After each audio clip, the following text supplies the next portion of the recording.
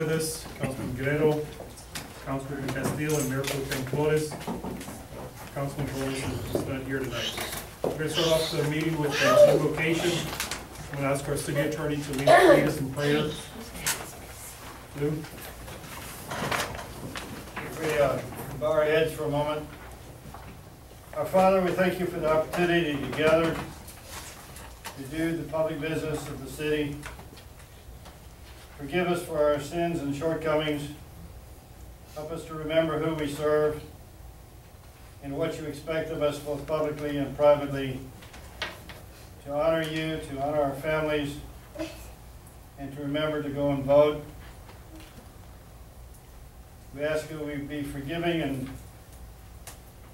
and courteous, kind, and supportive of each other personally in all that we do. In the name of Jesus Christ, amen. Amen. The first item of business is public hearing. Item 1A, the public hearing is to hear the appeal of the denial of a special use permit at the property of 624 4th Street, Floresville, Texas.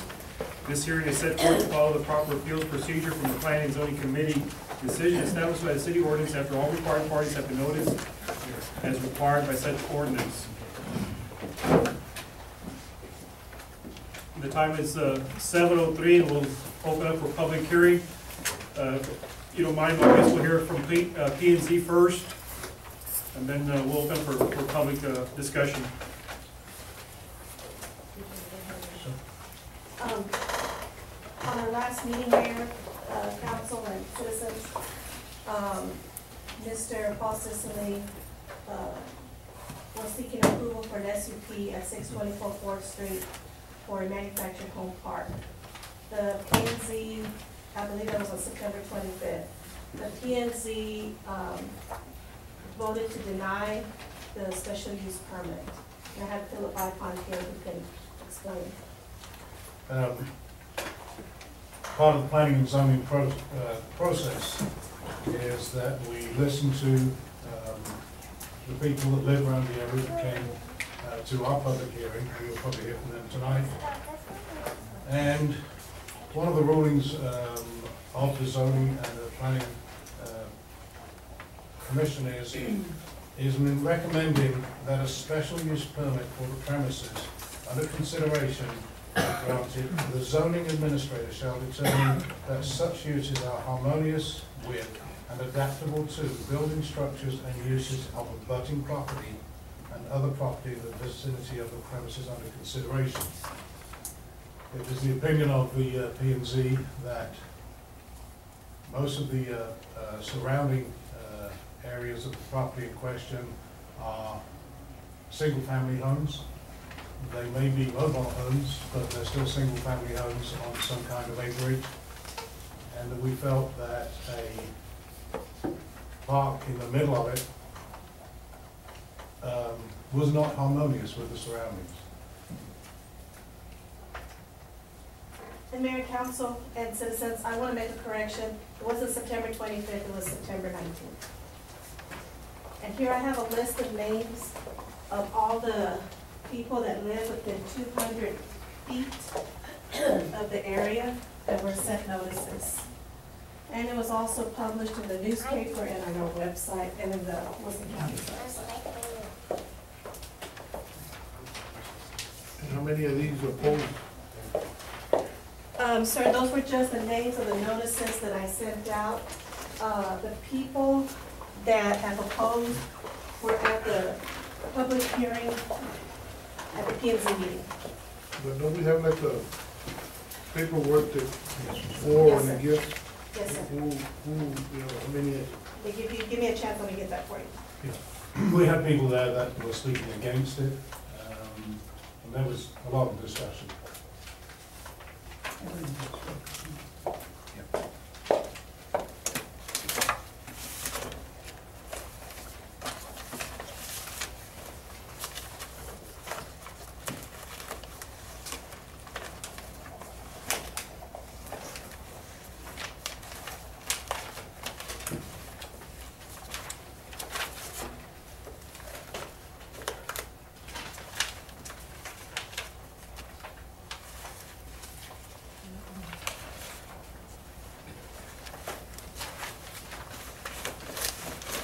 How was the vote at the P and Z? 3 to 2. 3 to 2. Yes. Okay, I have it here in the minutes. I have the names of Winston Schaefer,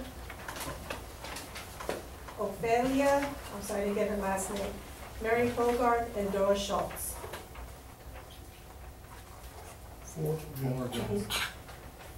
And against? For against. Everyone was against. No, there was no, other than the There's applicant. three individuals? 1, 2, 3, 4. Actually, Winston Schaefer was not opposed to it, and there was no other members or citizens there to basically stand up for it other than myself. Winston Schaefer was one showing us the flood marks. Actually, if you look back at the records in the minutes, he verbally approved it and saying, yes, I do agree with the recommendations of Paul Sisley and of Mr. Larry Heimer. He said, yes, ma'am, I do agree with it. He did not have any problems with that. His fear was worrying about whether he was gonna get flooded out. We addressed that issue with detention ponds. He was quite satisfied with that issue, and you can review the minutes to see that that is indeed the truth. Is that in the meetings, in the minutes of the meeting? Yes, ma'am. Because I don't recall that. No, we were all there. Mayor Actually, we Winston were the ones that asked Schaefer him. was very concerned of development next to him because he's had previous, he has some high water on his buildings out there, and I have pictures to show proof of that.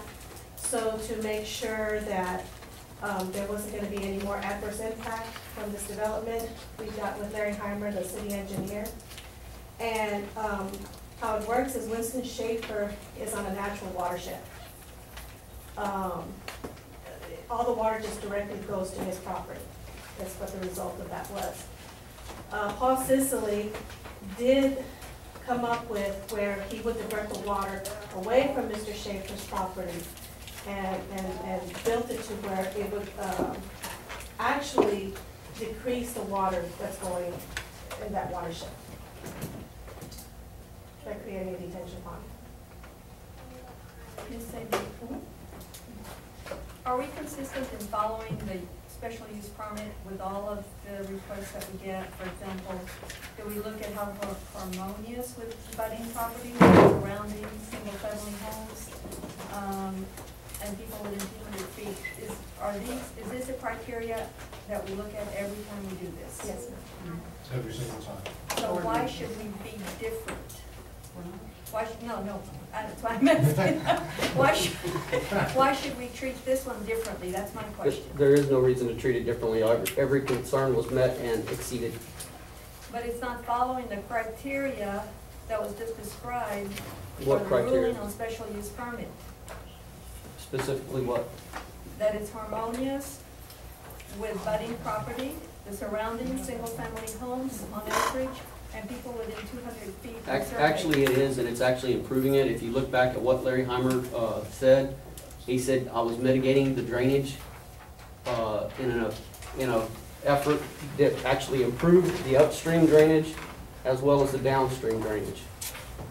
Here's Because the it was, zoning rule, and I'll read it to you. yes, ma'am. Special use permit regulations. In recommending that a special use permit for the premises under consideration be granted, the zoning administrator shall determine that such uses are harmonious with and adaptable to building structures and uses of abutting property and other property in the vicinity of the premises under consideration. Correct, and that has been satisfied. Well, I disagree. I disagree, because he's saying that, the other gentleman, Mr. was agreeable, but that's him on that side, we're on this side. Number one, we've been there, the Flores have been there many years, and my last name is Flores, for generations. My father-in-law, was, when Petro came into the city, allowed him an easement, so that the city could benefit with work, with the taxes and whatever, benefit from it. Exelon built their plant there. My father gave them the easement. He didn't have to, he did. There was some controversy about that, but that's all in the past. And as everybody knows, and anybody that lives in that area, and Danny, you live there, and everybody else, the smell and stuff, they've had to live with for years. Mother Flores has now developed COPD, which can be attributed or not, who knows? But now, they're saying, when they first came to us, they said that he needed a special permit for 200 feet. Was he gonna put 25 mobile homes in that 200 feet? No, he was doing 5 acres. But only 200 feet of neighboring people got notified of this. So they went back and they redid it, notified more people, whatever, and then this other gentleman came. The water drainage was based on a culvert that the city won't take care of because it's a state. The state has it, are saying they don't have the money to clean it. So irregardless of what he does with that thing, water's gonna be there, and it's gonna flood back into the Floresville. We asked not to grant it, because primarily it was what we considered a man camp. At first he told us that it was gonna be primarily for the oil field. Then he said, no. I've never made that statement, that's no, incorrect. you did say it in. No, ma'am, meeting. I have never at any point And, even reviewed the records. Yes. That's a and, flat lie, I'm then, sorry. he said that it was, Hold on to your comments, please. Yes, sir. and then it was that, it was low income, you know, the families were low income, he thought it would bring, it would better the area. Their mobile homes, no, it's not. You know, low income or not, these families have their homes there. David is fixing to build a $200,000 home, he certainly doesn't want that there. Our concern is the kind of people that's gonna bring in the deal, the devaluation of those mobile homes. And quite frankly, we have put up with the city, with new businesses. We've always cooperated with the city, we're hoping the city cooperates with us. Two is the zoning and, people voted against it. I don't know if they're voted in, appointed, I'm not into politics, I never have been. But, we need to appeal this and deny what they have said is not only, they vote of no confidence in your zoning people, but it's a vote of no confidence in what us, the citizens that are around this thing, are thinking or expressing. You know, that's where it is. We don't want it. We've been fighting it, and we're hoping that we get this up here tonight. Yes. My name is David Flores. I was at both meetings. My name didn't show up on there. I don't know why. I am against it for the reason is I'm in the oil field business, and I know what it is. My company spends $1 million a year in hotels to provide for these people. He said it would be affordable housing for people. Okay, for people that could afford it. Well, of course, the oil field business will be able to afford it for the first 10 years. And we figure that I'm going to be in business for 10 years with my oil company. After those 10 years, those mobile homes are going to get deteriorated. After they get deteriorated, he's already made his money. He's not going to want to invest in new homes. So at that point, my understanding, not my understanding, my feeling is that they would probably go to low-income housing at that point, with those older homes 10 years from now. So it's not just what we're looking at today with new homes, it's what we're looking at 15, 20 years from now. Who's going to be in our surrounding neighborhood? Yes, ma'am. Yes, my name is Dora Schultz. What puzzles me is, since this oil business came along, there's been RV places all over Wilson County. I live in Eagle Creek, on the way down there, there's an RV parking. There used to be like 6 trailers at that place, now there's only 3. So, I mean, there's so many acreage along the county. Why can't they build out there instead of 4th Street? Because it's so crowded, you know, as it is with those subdivisions down there on Peach and over down from there. And, like, she lives right at the corner of Peach and Ford. And there's kids, the bus stops right there. And she's been out mowing her yard, and she hears cars slamming because the one in front didn't turn the blinker soon enough to turn over to Peach Street. And they have to turn over to the side. But according to that gentleman over there, they've already discussed that with TxDOT. Okay, so where is that street gonna go to? How is it gonna widen if it's already almost into her property? And when she's mowing up on the easement of the road, by the mailboxes or whatever, she has to be cautious that somebody doesn't run over her. And then there's a lot of kids that get unloaded there, school kids. And that's my concern. And like I said, there's so many RVs, places all over Wilson County. Why can't they just keep them out there instead of bringing them into the 4th Street? No, I want to make sure everybody is fully aware. We probably don't have as many issues around the actual property. The Planning and Zoning Committee didn't say anything about a man camp. I'm not saying anything about a trailer park. I'm not saying anything about the water, because Larry Hyman took care of all that. It is just if you look at that and you look at the surrounding properties, it is not harmonious with that area. Is this across from Peach Street? Yes, sir. Yeah, okay. You can see it. Mr. Vipon, could you, Can I have one more comment? Still, like she was saying, she's my sister-in-law, my dad gave the city that easement so they could get into that property of Texaloy. But when Texaloy started expanding, they made like a little dam or ditch or whatever, and every time it rains, my mother's house, I mean, she's in a trailer house, they're at mobile home, but she can't get out of the house. And then the neighbor about one of my sister's house, he's always complaining to the city that his house is flooding, and we've known that. And my dad, whenever it was 1940 something, when he gave the city that easement. But the flooding is bad with Texaloy making that dam in there, or whatever you call it.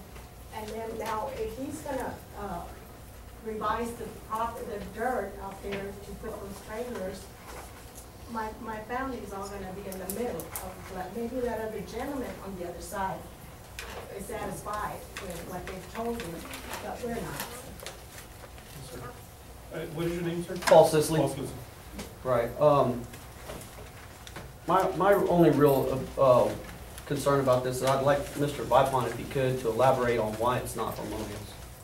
I'll go into some further detail to address some of these other concerns in a minute, but that's the main one. I'd like to have him elaborate on that if he could, please.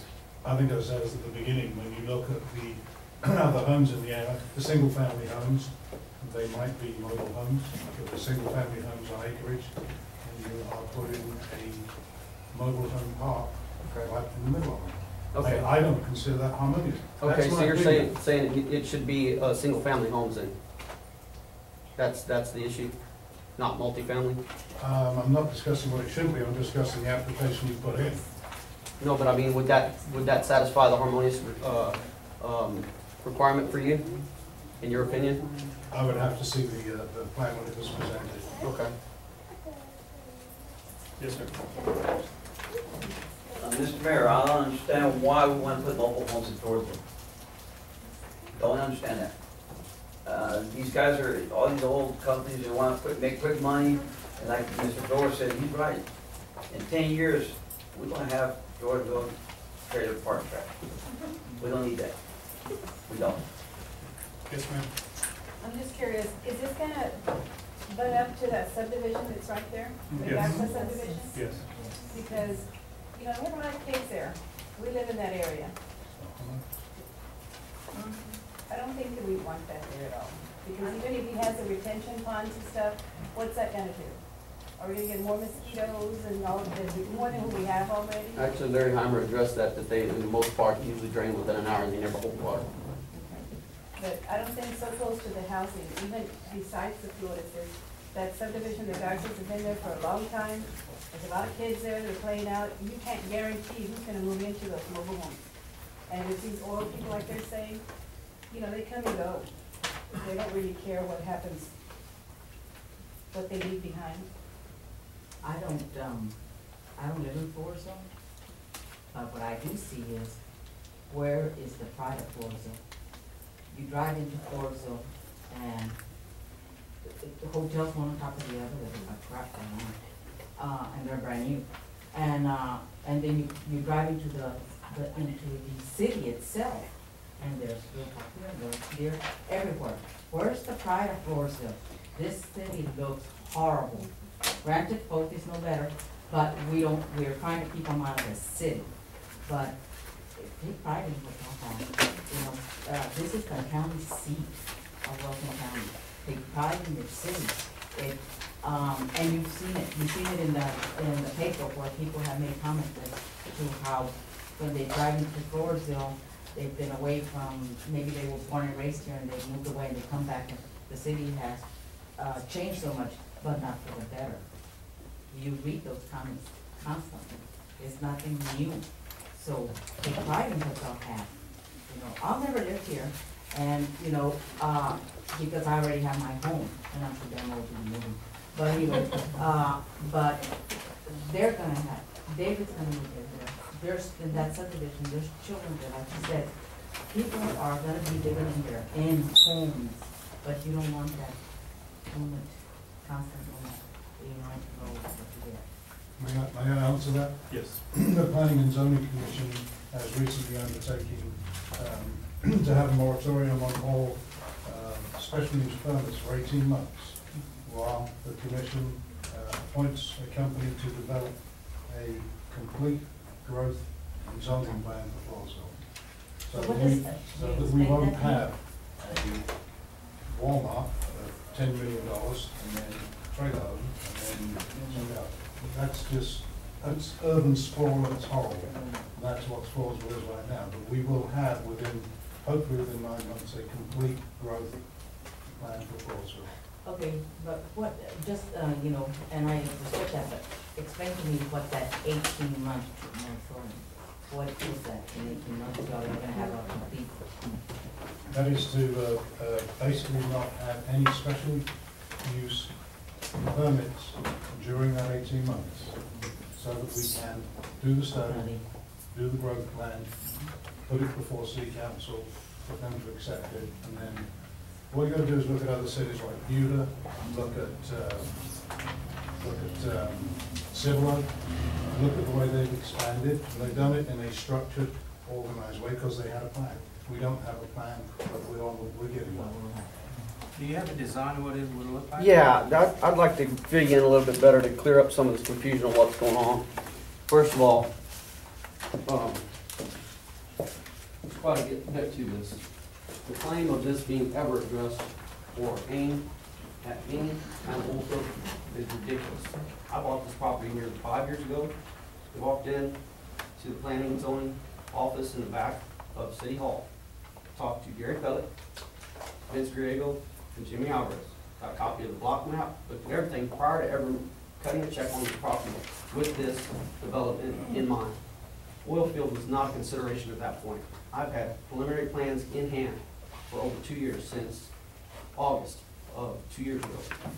We've been working on this for quite some time. I'm a small guy, I don't have a ton of funding.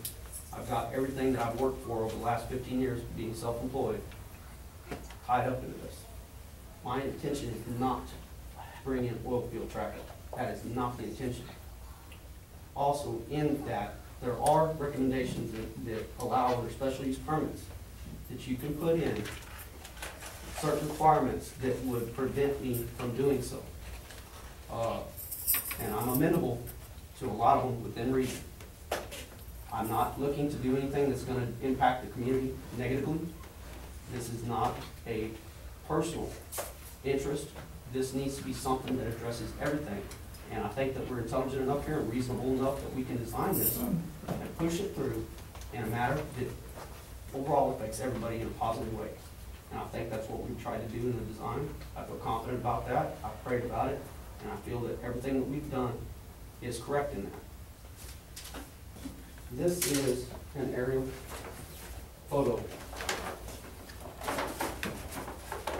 of the property. Correct. What we're doing is developing this portion right here. I've got a copy of the plans here. What we're proposing is 20 brand-new mobile homes. 3-bedroom, 2-bath, single wide, with 10-year warranties on it, Champion. Very nice. I have pictures of the exact mobile homes. I have pictures of the insides. Everything we're doing here is upscale. I have intentions of putting a perimeter fence, which is a privacy fence, around the entire development with a nice gated landscape entrance, showing what it is. I have no intention of bringing in any low-end anything in here. First of all, just the aesthetic value of what I'm bringing to that area would definitely improve it. We can offer renderings or anything that would show that to put you at ease with that. As far as the claim that it's not being harmonious, you see every pink dot on here, these are mobile homes. This is a low-income HUD subdivision that was developed in the mid to early 80s. The value of the remainder of the homes, with all respect to them, is not very high. So it does not potentially allow you to develop much of anything else in that area. This is zone commercial. I've tried to keep that in respect to not come in and be offensive or invasive to anyone else. So I feel that this is definitely the most harmonious proposal I could give for a commercial development in that area. In addition, you know, I plan on running absolute background checks on anyone in there. I plan on catering to families and to teachers. That was my main interest, because I recognized a long time ago that there was a shortage for affordable rental properties in this area. I've run numbers on different types of developments. This one works. This one makes sense in the long term, makes sense in the short term. It's positive for the community and the tax base. Everything that does generates income, you know, for the, you know, as far as property taxes. It would be greatly beneficial in that area. The people who would be living there would also, in turn, redistribute their income into the local economy. I have not found a negative impact on this yet. This is Mr. Schaefer's property here. I talked with Mr. Schaefer. We made the decision to put in the detention ponds because I did not want to offend this guy and come in there and flood him out. He's built in a bad area. He knows that. He's not technically in a flood zone, but he should have never had what he's got in there. But he wasn't aware of that. Taking that in consideration and just having respect for the guy, I'm not going to flood him out. I will not allow that to happen.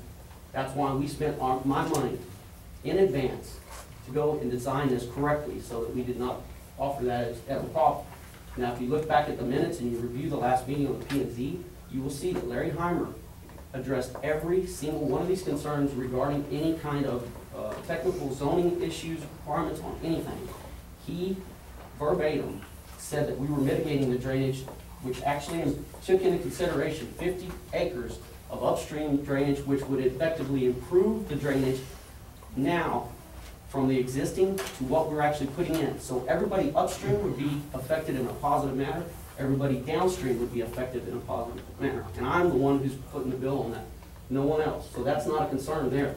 That has adequately been addressed, and ultimately at the end of this, Larry Heimer, if he is not satisfied with these plans, can deny this, and it will not go any further.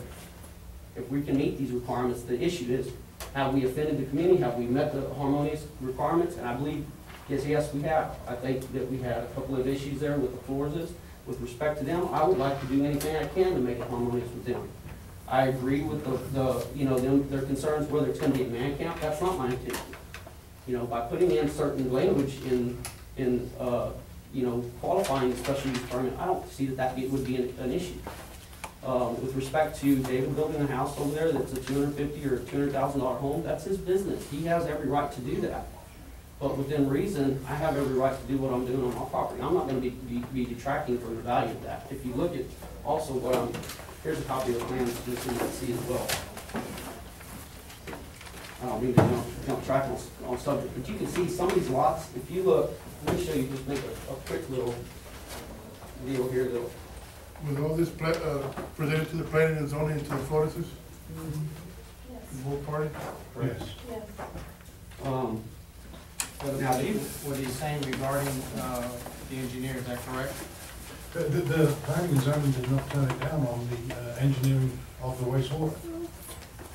I mean, I'm not quite as happy as Larry Heimer is with it, but I'm not an engineer, so I'm not qualified to speak on that. It was not declined for the water.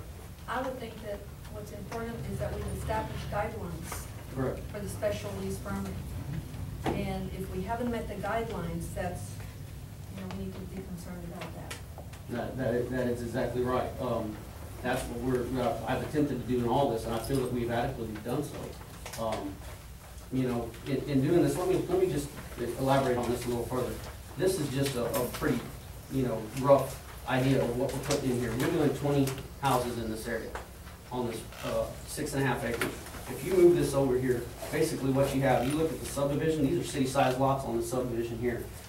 What this does, these are 24 homes in the same area that I'm putting 20 in. I could have crammed them in there like sardines. I far exceed any minimal requirements that we need for the size of mobile home lots. The reason I did that was for aesthetics and out of respect to the community and for pride that what I do in the work that I do. I don't want to put in a shoddy, just cram it in there, be a slumlord kind of a deal. That's not my intention. What is the size of the lot for mobile home? On average, these range from around, on average, they're around 68 to 111 feet on average. What is your measurement for a mobile home lot? For the mobile home that we're putting in is a 16 by 77.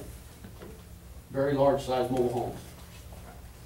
They're brand new, and I can show you pictures of the exact corners.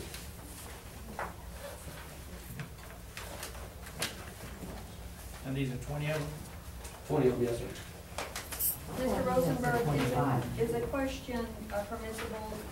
Can I ask Mr. Sicily where he resides? Sure. Actually, that is one of the things. I just moved out of there because I'm leasing it out. One of the new mobile homes going in there, my intention is to move into that. But So I currently reside in Floresville at 2133 10th Street. So these are pictures of how long have you resided in Floresville? all my life, born and raised here. Graduated from Floresville High School, top 10% of my class with honors. I started a business here after college and have elected to establish my business here and work here. So being a productive member of this community, this is something that would greatly benefit me as well as the community, because it's going to continue to allow me to do things here that would help me as well as the rest of the community. These are pictures all here, you can see, you can go through them, of all the mobile homes. These are the actual ones we're purchasing. May I say something? I also was born and raised in Floresville, and I also was in the top 5%. I just always speak for my family. If these were homes instead of mobile homes, you wouldn't see it here. I wouldn't be here. We objected. Yeah, it's not a feasible development because of the width of it and because of the value of the home surrounding, and that's the main issue, is the value of the home.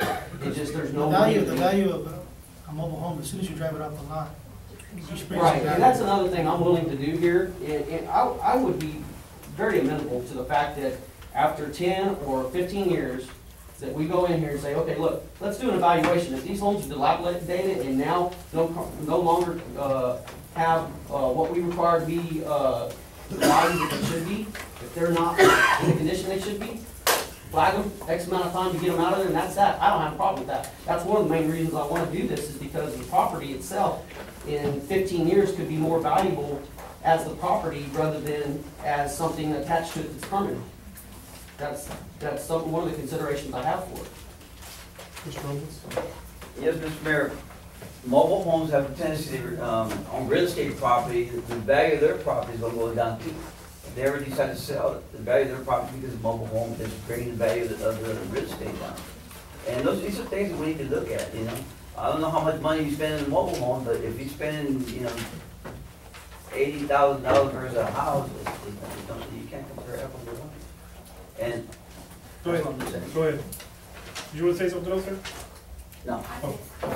I wanted to say, why do we need one on one side and another?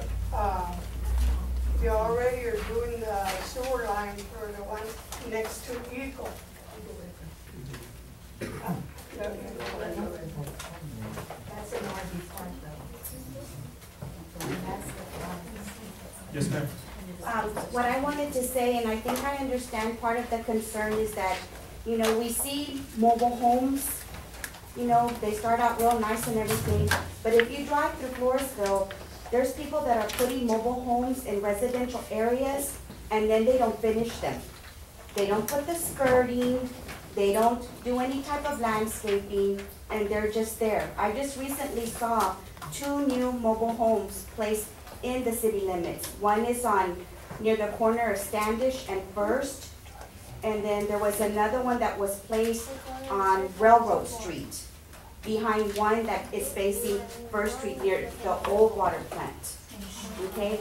I don't know how they got that one in there, but they managed to get it in there. But the thing is that people don't finish off what they start, and then it starts to look bad. Okay? Now, another question, a question that I have is, when someone wants to put a mobile home in a residential area like that, do they have to get a permit? Okay, and did those two lots get permits for those mobile homes? Did you want me to explain or? Yes.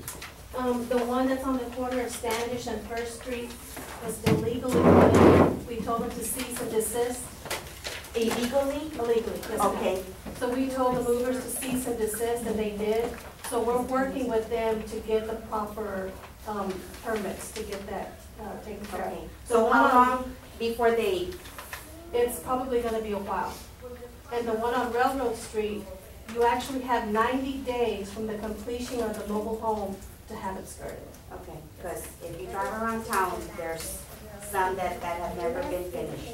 And we're working on sending them letters to make sure that they get them. Yeah, because they seem to pop up, I mean. I have one question.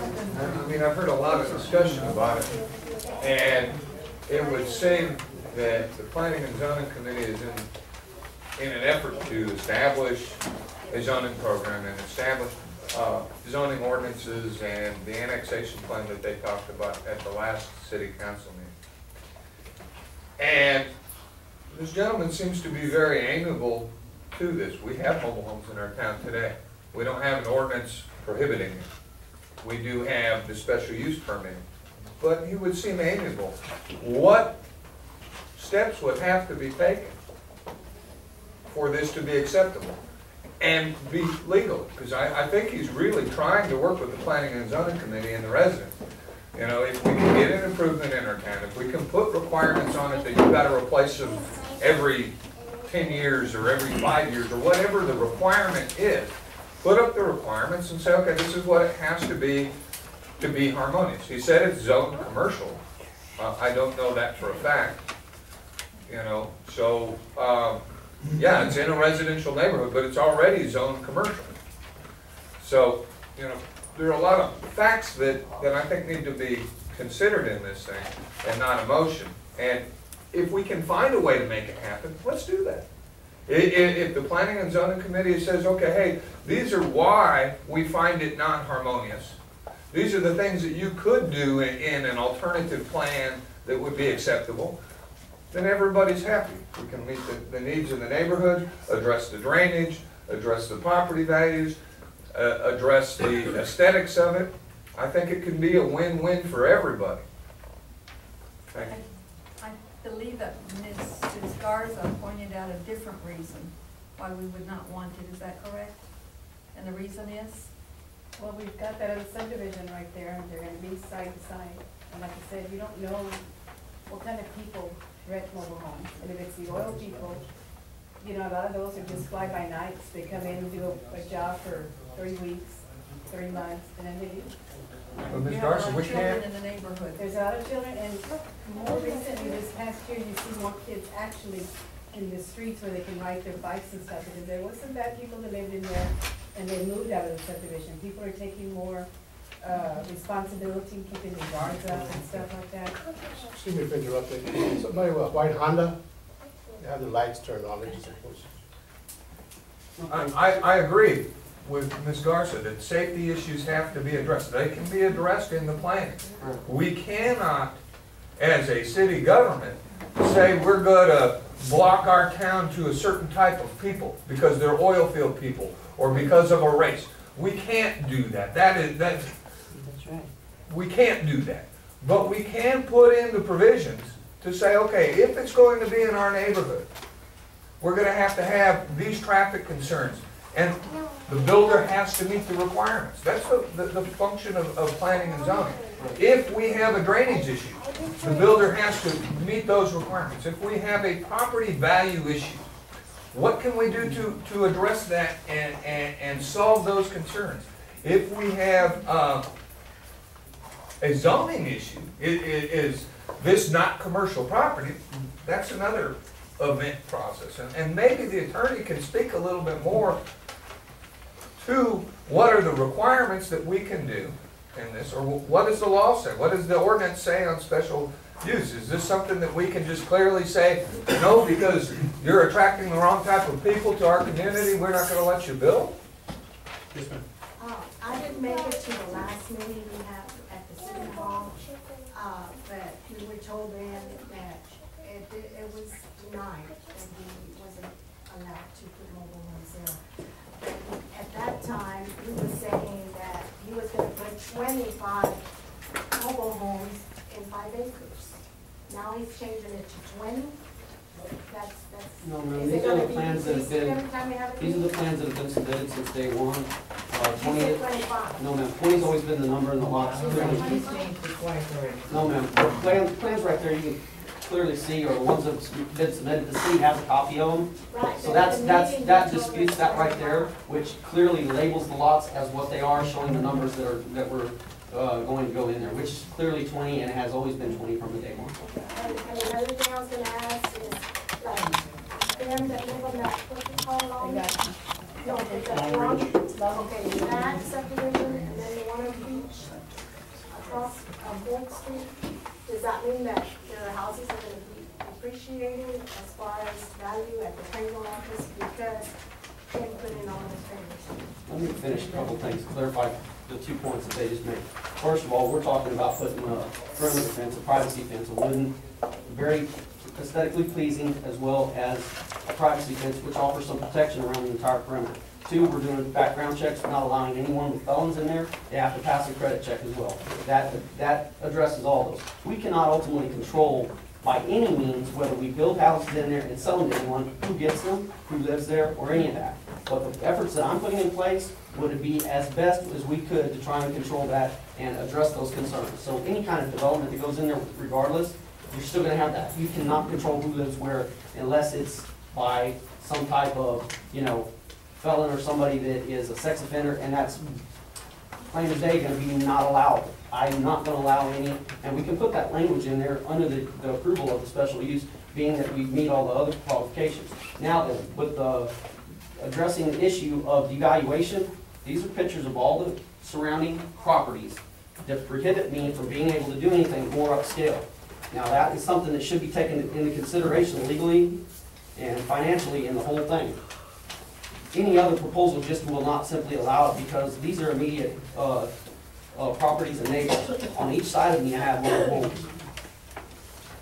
So taking that into consideration, how am I gonna go in there and build custom homes or anything else when I already have to deal with this as being a very low value or of, something that I'm gonna be continuing with anyway?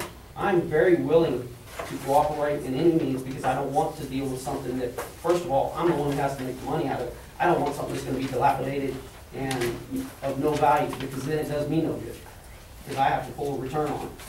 The other thing is just simple pride and pride in the community. I plan on living here for the rest of my life. That's one reason I'm pushing so hard to do this, because I believe in it, and I believe in the merits of it and the way that I've designed it.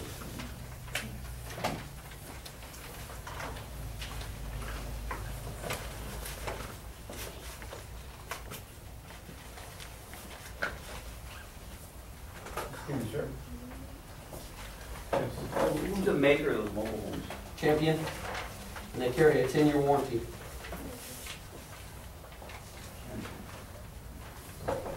I guess my question would be, Mayor, if all the qualifications were met, even though it still does not meet the special use permit, or if it did, if we looked at it and you complied with all of the requirements, is that something that the citizens who live there would object to? Would you still object to it if all the requirements were met? As Mr. Vipon specified in the special use permit, would you allow it or you would not? Would you be for it or not? It seems to me the main concern is that they're trailer homes, right? If there are homes built out there, If you can build affordable homes, I would say none of my family would be opposed. so the main concern is that they're Mobile homes. There is typically no way to control it 15 years. Actually, will be dead by then.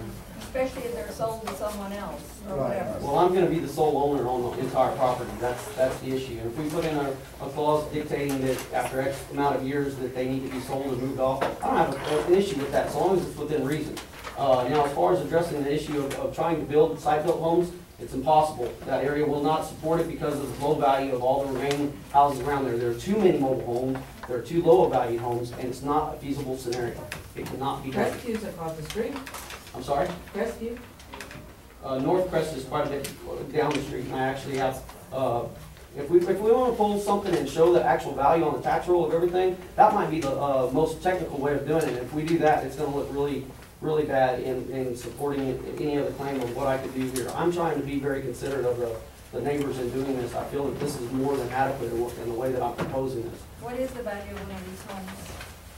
Of these, brand new, I can tell you what I'm paying for them, which is a discounted rate of about $18,000. Before they're set up, they're $30,000. Turnkey set up, they're close to $40,000. Well, So the actual value of the home in place should be around $65,000 to $75,000. Because the homes across the street on Peach Street are valued at a lot more. There's probably nothing in there that's pushing much over 100 in any one area. Every bit of the surrounding property to me, I can promise you there's not anything that even approaches $100,000. Because I have mobile homes on each side of me and lower, small 1,100 to 1,300 square foot older homes that were HUD and low income homes, they do not carry that I'm value. talking about across the street. And directly across the street as well, where in those pictures showing you what we have, there's nothing there that would carry that value. In the entire perimeter there, if you look at this, we have nothing but mobile homes all down here. There's a mobile home subdivision there. These are all mobile homes, all right here. You have a few site-built homes, and these are all older homes, and I guarantee none of them carry a value of nearly $100,000. And this would not be detracting from that, because this is a separate entity, and it's gonna be based upon aesthetics and tax value. These are not permanently attached. They would not devalue that. Where's Peach Street in relation to? Peach Street is right there, yeah. And there's actually mobile homes all down Peach Street as well. Yeah. But aren't most of those on our side? They're They're not And they're owners. They're owners. This is a different animal, this is a mobile home.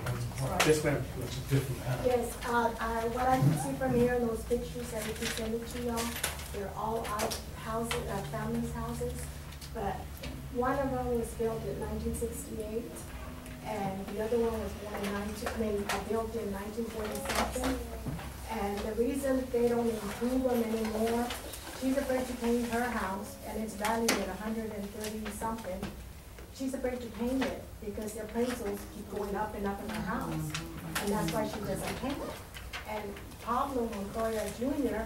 lives across the street right there in the corner of Peach and Fourth.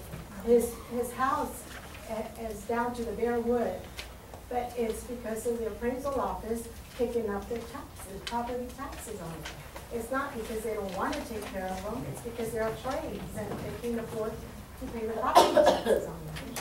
And their homes, like I said, there's mobile homes, yes, but that's property owned. They're not there to make a profit, they're their homes. And again, any mobile home will depreciate. These people, whether they live like Mariette's home or whatever, they're paying taxes.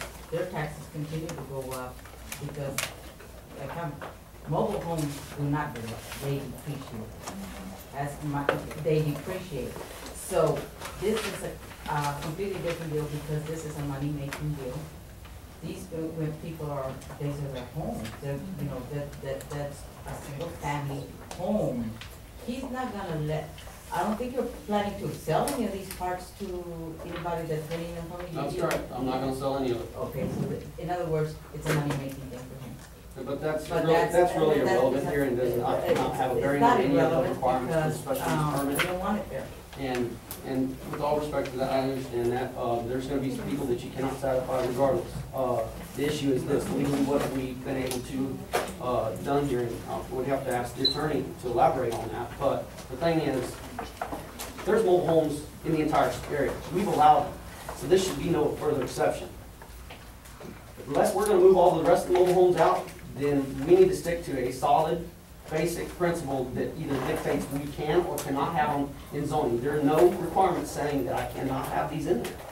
There's no stipulations on anything, the language is not there, and there's legal grounds to show that what I'm proposing is in every way met every bit of the qualifications, and that just simply because they're mobile homes, there's absolutely no wording in there that would ever detract from that and say that you are not allowed to put them in there. Now, as far as objection from the neighbors, there has to be a certain amount of objection that actually is viable in this, and there's not, in my opinion, and we have to look at that legally, enough, there's not enough objection from the surrounding community to oppose this and actually keep it from going through. And I would actually like him to elaborate on that, and I would, if possible, I would like him to state the wording that was considered prior to this meeting and the legal grounds concerning this. Okay, is there any more comments before we close the public hearing? Yes, sir. What he said is right, but the people have the final say so. I mean, as far as the people, the neighbors and stuff, I do think that they have also the freedom to say, yes, we want it, no, we don't want it. You know, they can be everything they want, but their property is valued at one point. And they probably have to go fight with the board or get an attorney to fight it because the city's doing what they're doing, you know. David? Yeah, I'm kind of glad the planning and zoning is starting to do with this, you know, what needs to be done in the city of Floresville. But we gotta put our foot down at some point and start somewhere. And say, hey, we don't want this in our city or in our neighborhood, or yes, in a different neighborhood where it's not as many children around in that thing. Yes, ma'am. I wanted to know, when did the planning and zoning start getting more effective in what they do? Because I know that when my mom moved her trailer house to her property there, that's the yellow trailer house you see there, it was back in about 1999 or something like Yeah, that. it's probably been 10 years, I would say, or less. She didn't have to get any kind of permits to move the trailer and park it there. Yeah. Now it's getting more Right, restricted. more strict. And it's good because, I mean, but then y'all don't have like restrictions like Eagle Creek Pass or anything like that, that you have to have skirting around them or anything. But that's a good thing that y'all are starting to get more effective. Can you imagine if we would have had planning and zoning back when they built the Texaway? I know.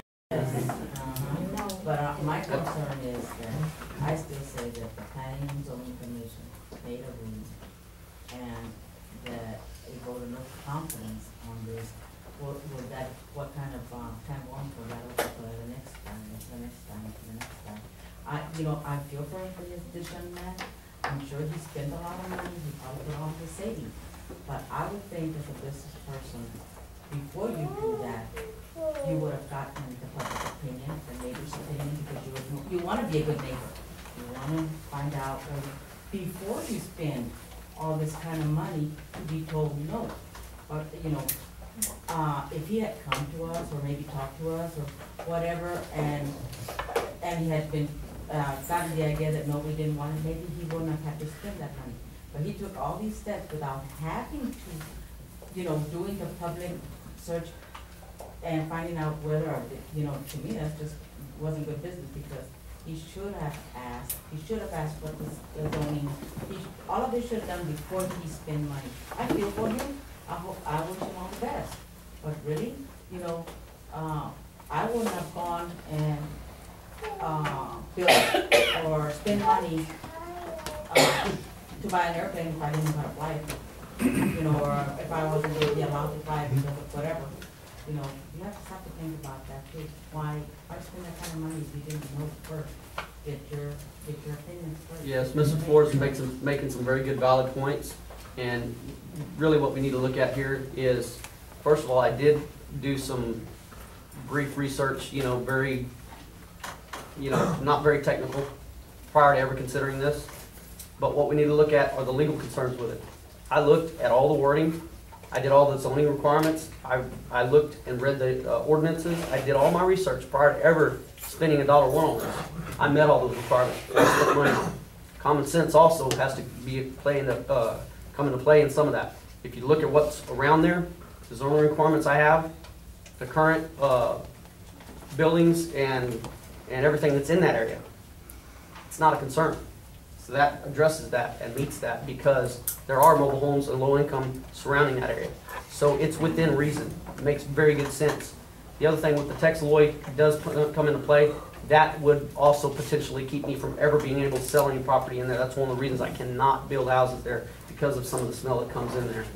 It's very, very overbearing at times, and it does play into that as well. But mainly in this, what we need to really be concerned with are the legal ramifications of what we're doing here. Have I met the requirements? Have I done the things that what I set out to do when we started in this? You know, I would not have continued down the path had I any clue that I had not met them, and legally we have met all those criteria. Quick question, just for clarification. The harmonious component of the special use permit is what's being used to deny his permit, right? Now, is there any objective definition of what harmonious means in that context? If not, if it's subjective to the local governing bodies, will there be, in the new plan, will there be an attempt to clearly outline that, or maybe strike that language from the new development plan, so as to avoid any kind of calamity like this in the future? Or someone thinks it means one thing and another person thinks it means another thing. Absolutely. Have the last word, then we'll close the public hearing. Absolutely, on that, yes. Government rules and regulations are always open to opinion and are confusing, and we will try to make the new plan as black and white as we can. For the purpose of this meeting, I looked up the word harmonious, and it means amicable, congenial, sympathetic. Two things.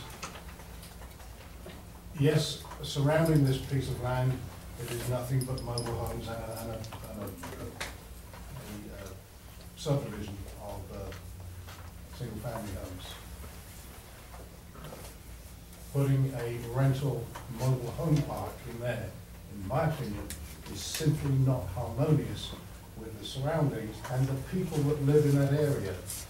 One thing Mr. Sicily said that concerned me greatly was there weren't enough people to turn down his proposal. How many people does it take? 1, 10, 100, 1,000? Actually, that's outlined in the ordinance. You listen to the people. This is, ever since I've been on the P&Z and talking to people who know it longer than me, this is the most we've ever had that have been totally opposed to this development. And it is my job and everyone in the community job to listen to these people. Okay. Time now is... Mr. Mayor, just prior to closing the public on this, is it admissible to hear the attorney's clarification of what the legal requirements are on this? Well, actually, Mr. Sicily, what we're going to do, we're going to go into take the action, and I'm going to ask for our attorney opinion at that time. Thank you. Okay, the time is now 8 o'clock. The public hearing is now closed. And let's just go on to item 3D. Consideration and action to regarding the appeal of the special use permit at the property of 624 4th Street. And Mr. Rosenberg, is it okay that we go into closed session to discuss this for? It is. It is. I have some thoughts to share with you. I'd like to share a couple things publicly. Okay, go ahead, sir. In response to comments that have been made. Let me see if I can clarify the record on one thing. Is this currently zoned as commercial? Yes, sir. So we know one fact, it is commercial. Yes, sir. And secondly, have you checked any of the information about the valuations? Have you done anything independently of Mr. Sisley on the value? No, sir. Okay. And thirdly, his attorney, and Mr. Sisley, you're welcome to comment on this. I'm asking this so that the council has the benefit of my advice. Is it your offer for your attorney that you'd be willing to file deed restrictions with respect to the development in order to guarantee that this area will conform to and maintain the standards, especially the 10-year issue? No problem. I would absolutely be willing to do that. Okay. And the other thing, as far as the fence, the maintenance of the thing, the statute provides here, or the zoning provides, that every special use permit granted at least shall be considered an amendment to zoning regulations. In granting such permit, the city council may impose conditions which must be complied with by the owner or grantee before a certificate of occupancy may be issued by the building inspector for use of the building on such property pursuant to the special use permit. Such conditions shall not be construed as conditions preceding to the granting of permit or change in zoning, but shall be construed as conditions preceding to the granting of the certificate of occupancy. Correct. Are you willing to go with conditions if the council put conditions on here? Yes, sir, within reason, I absolutely am. Okay, some of the concerns have been the downgrading of the value, and you're saying these are valued at, say the figure again? I think they're gonna be valued somewhere around 75,000, but we'd have to have something, that's my opinion. They could be considerably higher. We actually have to do a market survey to be able to come up with a technical figure. But in any case, I don't see them being beyond the realm of valuation and difference from any surrounding property. I would absolutely attest that there's no way that they're gonna be valued lower, substantially lower than any. Just a yes or no will help me. Not an argument. Okay. Okay? The next question is, you're willing to replace them every 10 years? Sure. And are you willing to do the full skirting, the full tie-down, Absolutely. the full HUD requirement? Yes, sir. Did Mr. Heimer comment about the routing, and I'll ask the P&Z this, if this was presented, did he talk about the cul-de-sacs, the safety, all of the considerations that are built into the RV ordinance, which talk about turnarounds and safety? Are those issues addressed correctly? Yes.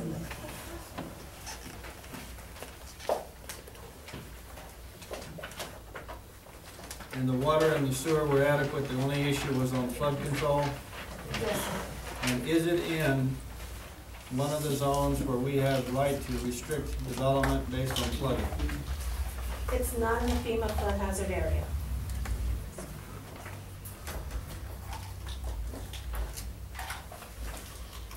The drainage has been addressed, but Mr. Heimer would actually have to verify. I asked the question, sir, please. I'm sorry.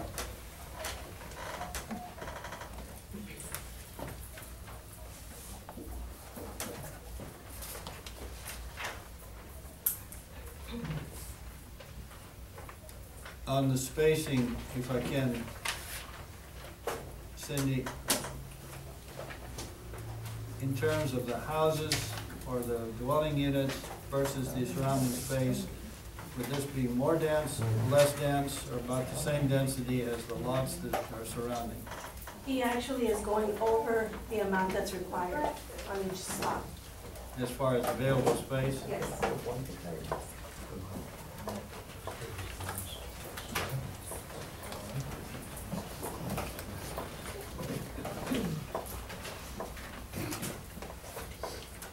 That's all the questions I have, Mr. Mayor. The difficulty of our statute is been spoken to by the applicant and by our reporter and by several people in colloquy. The statute is, and I'll just say this for the record so everybody knows what we've got to look at.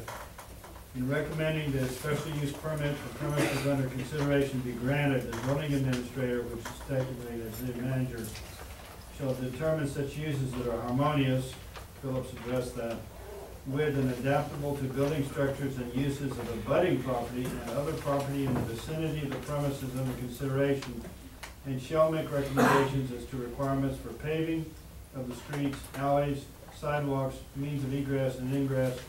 The reason I ask you, Cindy, is the ingress and egress there? Yes, sir. Okay, paving of the street, is this all gonna be paved to each unit? Is that a yes? Yes, sir. Drainage is covered. Off-street parking, how's the parking set out on this? Does each unit have its own parking? Per unit. And how many entrance points or exit points do we have? One. So all 20 units have to go through the same door? Same Yes, sir. gate? And are they gonna have access to a number? Is this a gated community? Correct. Okay, that's all the questions I have for now, Mayor. Okay. The City Council of the City of Floresville reserves the right to convene in closed session in accordance with Chapter 551 of the Government Code of Texas on any of the above items. I ask the council that we go into closed session to listen to our attorney's recommendations. Can we have a motion to go into close? I move that we go into closed session. No, second. Motion by Castillo, second by Rivera, to go into closed session. All in favor, say aye. Aye. Opposed? Motion carries 4-0. Okay, how do we do this? Where do we? Mr. Mayor, I thought there were rooms down the hallway, but they got magically closed before we could get to them. Can we just go to the hall? There, we'll have. Would you like to ask? You stay here. I'm about to say right now. Mayor, did you want to give a time? 8:07. City Council, City Attorney, City Manager, City Secretary, Planning and Zoning. With whatever, I needed to. So thank you also. I'm very proud to have served you as a city employee. And I'll still be around to help with community events and different projects. So thank you. Closing the council, please.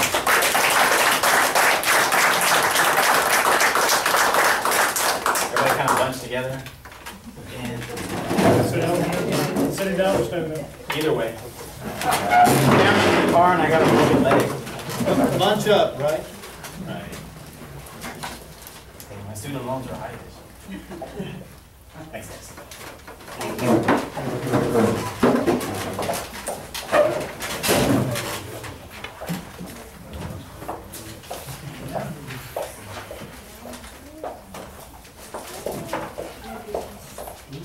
Now we're on business.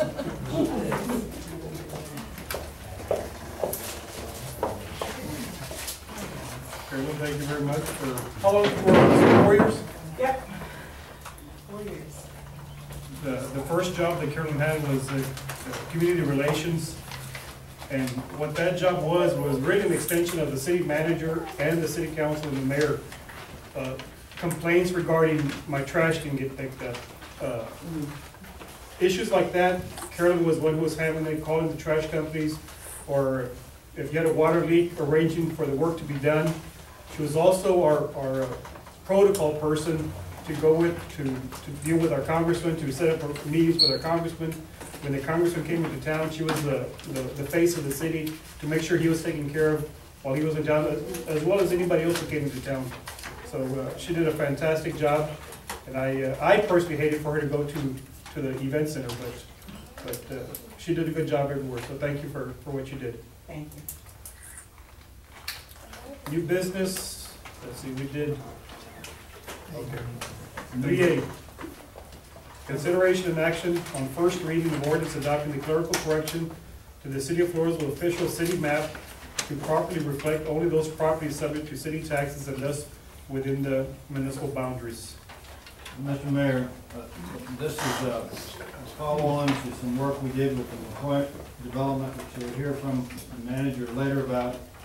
But there's two properties, if you're kind of pointed north on 181, and you think about Ropers as a landmark, just north of Ropers is the San Antonio Self-Storage, another San Antonio Self-Storage. And we had those inside the boundary map that we previously passed and approved. And it turns out to be an error when we made the list of all the properties that were going up to McCoy, trying to catch the properties on the right-hand side of the road or the east side of the road that connect up to 330. So to be fair to these people, because they're not in the city, we may try to annex them at some point. But lot 10649 and 10648 are not properly in the city. And I'm passing to each of you, if you want to look, who's in and who's not. And there's the two that are out, that are marked out, and the one that remains in. I'm just trying to show you the dividing line. And the ordinance that we're proposing is the first reading.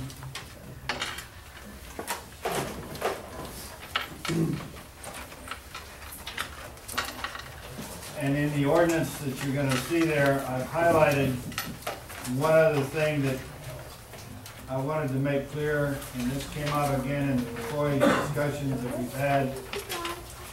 At some point when we deal with McCoy's a little later tonight, we're gonna pick up the roadway that's right in front of Ropers as the marking point and go up the road to 301, 130, 330 at the turn point for Walmart and pick up all the road. And I wanted to make it clear in this ordinance that all the public streets, and particularly the TxDOT streets, are within the city limits. And we didn't state that in the last time we drew the boundaries, but just so for the record and for our ordinances and for the point of demarcation, all of the roads in the city that we're doing the mowing on are within the city's area of control. And so we were trying to clarify that in the ordinance. This is the first reading, and I didn't, if you look at page 2, I don't have an effective date on this, but we'll bring this back to the council and do the second reading. But I just want you to know what we're doing, which is just a piece of housekeeping in contemplation of further development towards McCoy. So all these properties are listed here, they'll be part of our... They'll be part of our ultimate build-out. Okay. But we don't have a current plan in effect, but we're getting there, okay? So Do we have any pushback from the landowners? we haven't consulted with all of us. But I thought the first thing to do was to be straight up with the two that we erroneously pulled in our net and get them out correctly. And then we have a straight record to go talk with the rest, okay? And we're gonna make the linkage up to McCoy's on the road, so I wanted a starting point to be clear, which is the boundary that would go across the street from Ropers to, I think, Ford. To clarify what Lou was saying, we have McCoy's over here at the corner of, across from Walmart. The last point of the city is right past Ropers, he said. So that point in between is what we're talking about, of bringing into the city limits. And we had two in the city that we shouldn't have, because when we went to the, not P&Z, but to the appraisal district last time, that's where we drew the map, and we were just off by that one property. So the action we need to take tonight is to simply read the caption of the ordinance. If you like, I'll read it. Go ahead, sir. And it's an ordinance of the city of Floresville, Texas, amending ordinance number 201, correcting the official city limits boundary map to accurately reflect the Wilson County Appraisal District taxation records upon which the city limits boundary map was based, clarifying that public rights of way, meaning roadways, adjacent to city boundaries are included inside the city limits, and establishing an effective date of providing for publication. And we'll get this notice in the newspaper, and we'll get a second reading on it. Okay, any citizens input on that? If not, discussion from the council? Andy, your recommendation? It's, the recommendation is to approve, so. We have a motion to that effect? Yes, I'll make a motion to approve the first reading of ordinance adopting the clerical correction to the city of Floresville's official city map to properly reflect only those properties subject to city taxes and thus within the municipal boundaries. Is there a second to that? I second it. Motion by Guerrero, second by Castillo, to approve the first reading of ordinance adopting clerical correction to the city of Floresville official city map to properly reflect on those properties subject to city taxes and thus within the municipal boundaries. All in favor say aye. Aye. All opposed? Motion carries 4-0.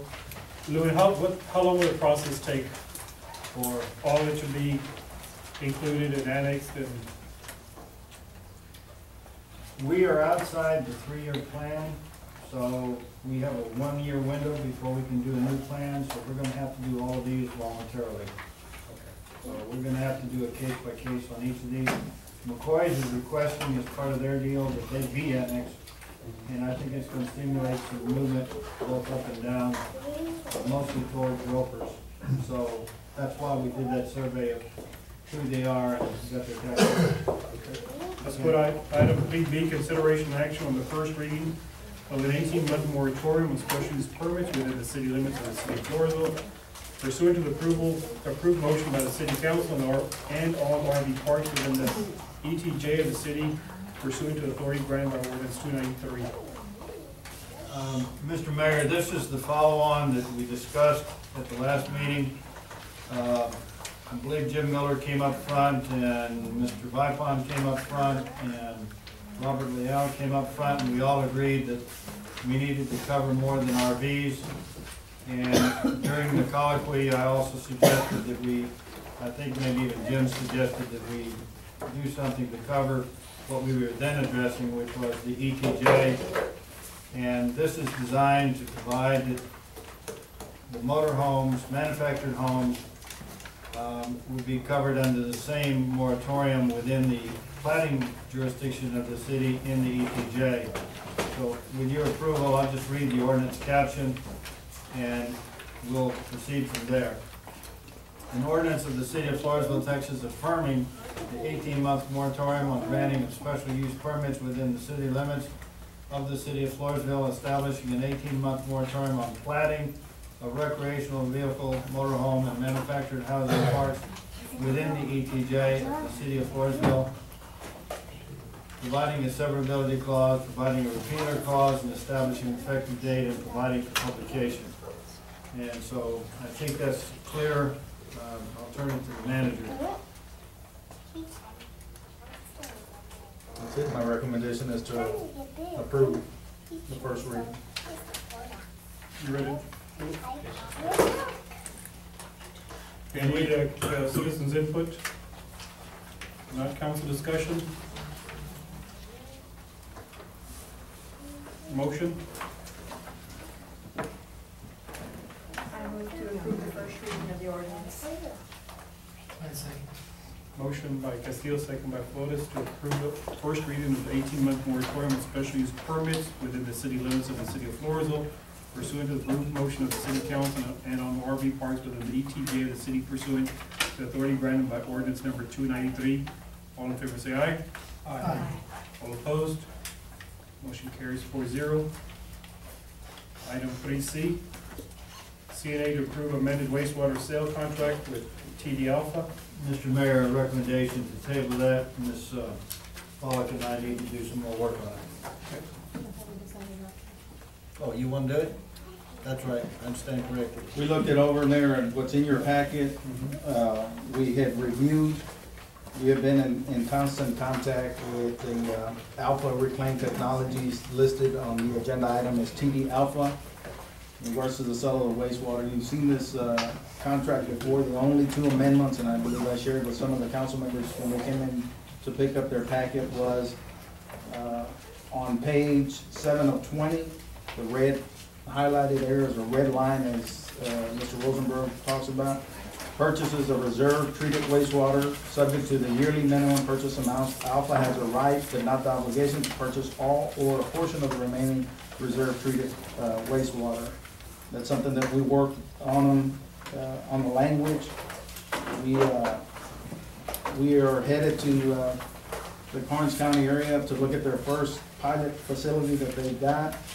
And other than that, the next one that we've got red line that has changed from the one that you've already seen is on 10 of 20, failure by Alpha to remit proper payment to the city for referred purchases according to the rates set forth and are above, wrongful rejection by Alpha for purchase reported by the city under section 2.0 as determined when adequate treated wastewater supply is available for the first customer such as deemed unavailable for resale by Alpha without showing of good cause.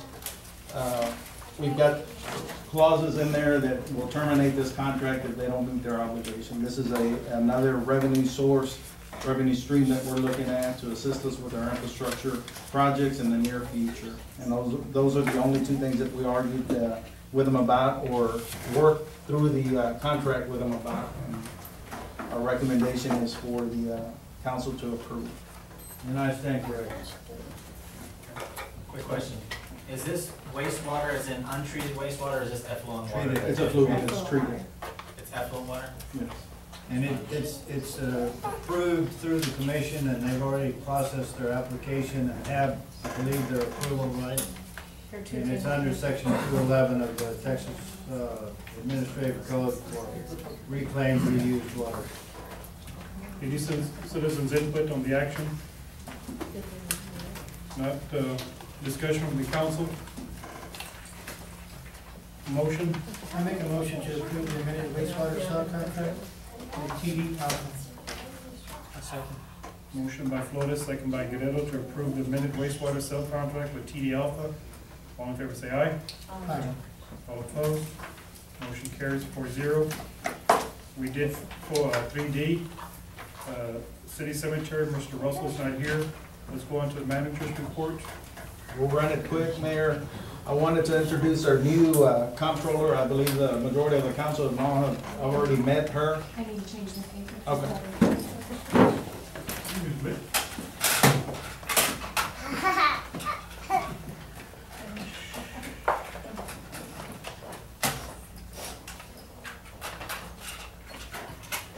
Ready? The new comptroller's name is Laura Fagans. She's got 27 years in accounting field with 12 years of governmental experience performing the same duties of comptroller, only titled as finance or HR director, with three of those years as senior auditor for Portillo, Brown, and Hill, performing audits on cities, counties, and small school districts. Finance and HR director for the past 3 years at the city of Elgin, and prior to that was at the city of Cibolo for 3 years. Managed budgets over 15 million and bond funds over 20 million. Transitioned 3 entities from a basic line item budget book to a full budget document. Attended college at the University of North Texas and Dallas Community College. Daughter that resides in Dallas and graduated from Texas A&M University in 2010. She rides for the Bexar County Palomino Patrol and Drill Team at San Antonio Stock Show and for the U.S. Marshals based out of Stockdale. Enjoys all outdoor activities and spends more of her free time outside. I want to read quickly an email that we exchanged during her hiring process. After her interview, she emailed me, Mr. Jocelyn, I want to take a moment to thank you for the interview today for the finance positions. After meeting and discussing the current situation, I feel very strongly that my skills and experience will serve the city of Floresville well. As I mentioned, I am not afraid to take on challenges, although it did sound like the hard part has been done. In addition, I appreciate the time you took for me to meet staff and allowing me a moment to visit with Fonda. I think that with her knowledge and willingness to do whatever is needed for the city, you can expect great things from the finance department if I am selected. Again, I'm excited about the opportunity to return to the San Antonio area. I am very interested in the possibility of working for you and council. I look forward to hearing from you further or an additional interview. She was chosen from a pool of candidates that were extremely versed, but the one that fit our city needs and has done an excellent job so far was Ms. Fagans. And I've asked her just to give a brief on her goals for the city and how she has come in from day one and said, no spending, I'm doing this, I'm implementing this, and the department heads already know that if there's an expense to be made, they're gonna come to her for approval on that end, and she's got some good plans, so I'll let her speak. I'm sorry.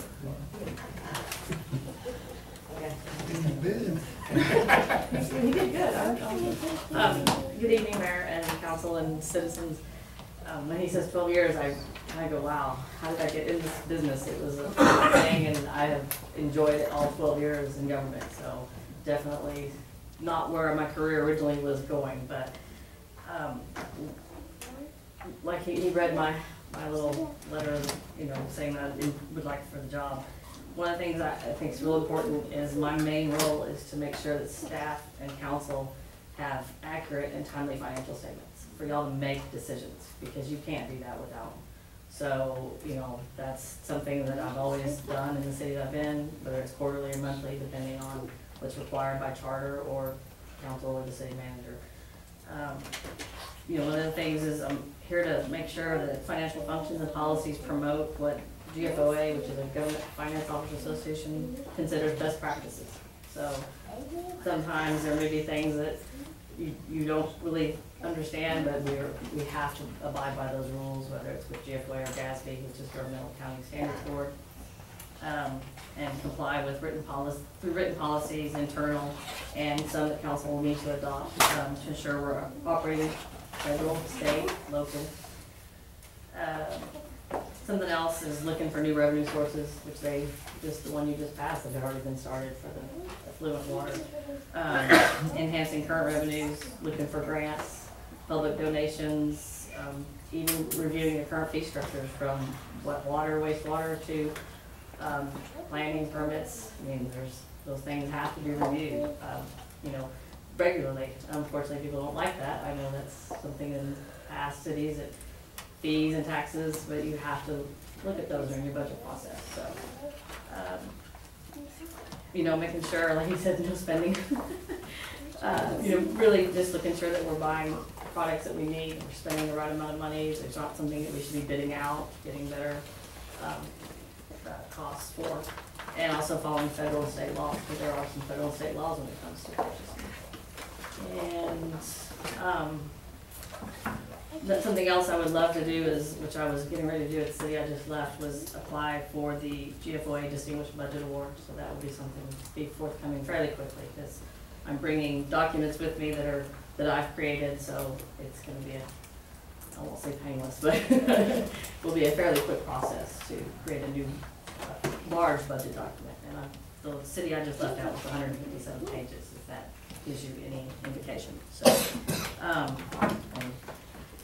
I'm a member of GFOAT and GFOA, which are both, again, governmental organizations. I attend their conference regularly, but missed this one. This was this week, so I was no way. We've been working on year-end process, which is always in October, so we're diligently doing that, and we spoke with the auditors. They're going to be working pretty soon, sooner than I would, or later than I would like, but we will get more information on that as meetings come. Don't like talking about myself. Any questions or? Welcome. Thanks for being here. Thanks for accepting the position in Floresville. So you're living in the Cibolo now? No. Well, currently I live near Geronimo. Yeah. So I'm a good way. It's about an hour and 15-minute drive, but family farm that the gentleman that I date is done off of 37, so sometimes I go there.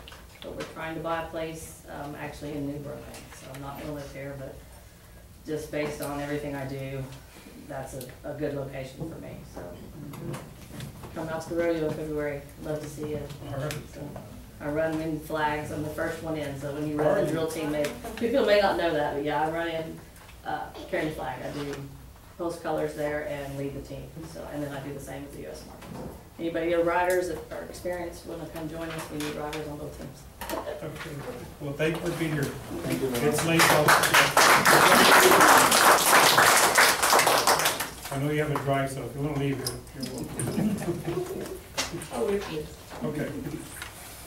Go ahead. I'll move quickly, sir. Update on the USDA funding. We've completed step one. The September 28, 2012 was a Friday. We had a meeting with Betty Soto at the USDA Seguin office. In attendance, Andy Jocelyn, Larry Heimer, Lou Rosenberg, Cindy Nichols, and Larry Smith, who is our supervisor at the wastewater treatment plant. Subject to meeting, working on step two of the application process. Items needed for step two are as follows: agreement for engineering services, preliminary engineering report, environmental reports.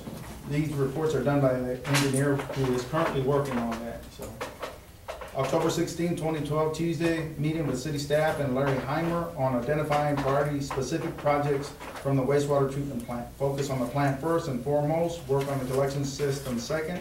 Larry Heimer is currently working on the descriptive report for the next phase on the wastewater treatment plant.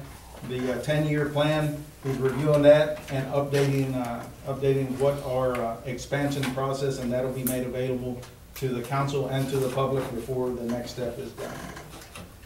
Update on the COIS project, Luke, could you fill them in on where we are on that? I don't have the information. Okay, it's a three-part agreement, EDC approved this part about a week prior to the last council meeting, and then the council approved it, and you authorized respectively, you authorized the executive director of FEDC and the manager to negotiate and come to terms with COI. We had a meeting on Tuesday this week. The draft was circulated yesterday. I had some additional comments on it today. And basically, the triggering mechanism is a commitment by the city that you'll annex the property, which brings into play what we're kind of talking about on those pieces of property on the way up there. One of the reasons we wanted to get the roadway defined right next to the Ropers is we're gonna go clean on up the road till we hit 130. That gives us frontage on the main Hughes tract, and then we'll come across the road to McCoy's. There'll be an 8-inch sewer line go under from a manhole on the east side to the west side. And the McCoy's deal will be they're gonna have a drive-through for part of their work, and then they'll have a regular sales store, but they're gonna have something a little different where you can actually pick up some of the merchandise on a kind of a drive-through mode. In the front of that, they're gonna have a site developable. They've been talking about the word Chili's. I don't know if that Chili's is ever gonna materialize, but that's what they're talking about, making the site available. And they'll go down to Seguin Branch Creek there, which most of you know is the low point on the way up to Walmart. There's about 12 acres there that will be dedicated to the city for parkland. Between the upper part will be built up and the creek. Timeline, we anticipate executing the signatures of the three either tomorrow or Monday or Tuesday. And then once that happens, they'll go ahead and do the closing on the purchase of the property from the Wittens. As soon as the property is purchased from the Wittens, the next thing is to request from Cindy for annexation. And then once the annexation process starts going, we trigger some of the building developments, which would be the site development and FEDC's responsibilities and all that. As far as the turn lanes are concerned, this is a bit like TxDOT was up at the Walmart. We're going to have north-south turn lanes. Right at the moment, there's not expected to be a requirement for a traffic light. I think those are the highlights of the development, that it's going to provide a major stimulus at the Whitman property across from the Hughes, and probably stimulate some activity correspondingly across the street on the Hughes property. They're looking at being in place by late summer. And this will be 15,000 square feet building or development. Most of you know what McCoy sells. And they're looking forward to getting this moving very rapidly. I think those are the highlights. If there are any questions, we'll try to answer them. But our contribution is the roadway. We do, what is it? They'll put the base down and we put the asphalt on top. They do everything up to the asphalt, and then the city crews will lay the asphalt. Lay the asphalt and a curb. Yes, on the curb. And This then, summer? I'm sorry, I didn't mean to interrupt. By next summer, it should be open. 2013, correct? 2013. Are we gonna be able to have a copy of the city's responsibilities for the deal laid out? As soon as the contract's signed, it's yours. I think I've covered the major portions of it. I mentioned the sewer line. There's a manhole there on this side, on the east side, that will possibly service the vacant lot that will become developable, so that facilitates that development. The 8-inch line will not cover anything besides the development site because of the difficulty of crossing under there and the water problem. So Larry's designed it so that it will have to be another 8 or larger site if you go further south. In other words, the space between that site and lower. You will get a park out of it, and you'll have road access off of 330. I believe that's a county road. County road. So there'll be the acreage there for a piece of site. And I think that covers it. Turn lanes, we mentioned. Traffic light later, and that's it. And last but not least, Mayor, is our update on the street maintenance tax. That was just put on there because we wanted to make sure that the public was aware. I do it verbally. I know that the majority of the council is out there, and we've got some of the movers and shakers in the political arena that that they understand that this is not a new tax, it's an existing tax. It has to be reapproved by the citizens for our street maintenance program. It can only be used for the street maintenance program, and we have forecasted about $380,000 to be collected if this is approved again. So please be aware that it's not a new tax, it's an